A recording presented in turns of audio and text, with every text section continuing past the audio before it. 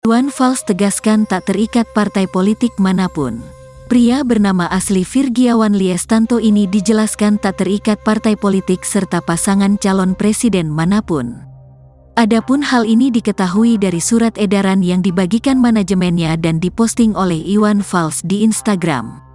3 Rambu sebagai manajemen Iwan Fals memberitahukan bahwa sampai saat ini Iwan Fals tetap memegang prinsip kenetralan sehubungan dengan Pesta Demokrasi Pemilu tahun 2024, Jumat, tanggal 9 Februari tahun 2024. Iwan Fals tidak terkait dan tidak terikat dengan partai politik maupun pasangan calon, paslon, manapun, lanjutnya.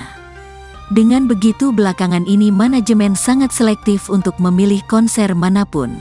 Pihak Iwan Fals menolak konser yang terikat dengan kampanye politik.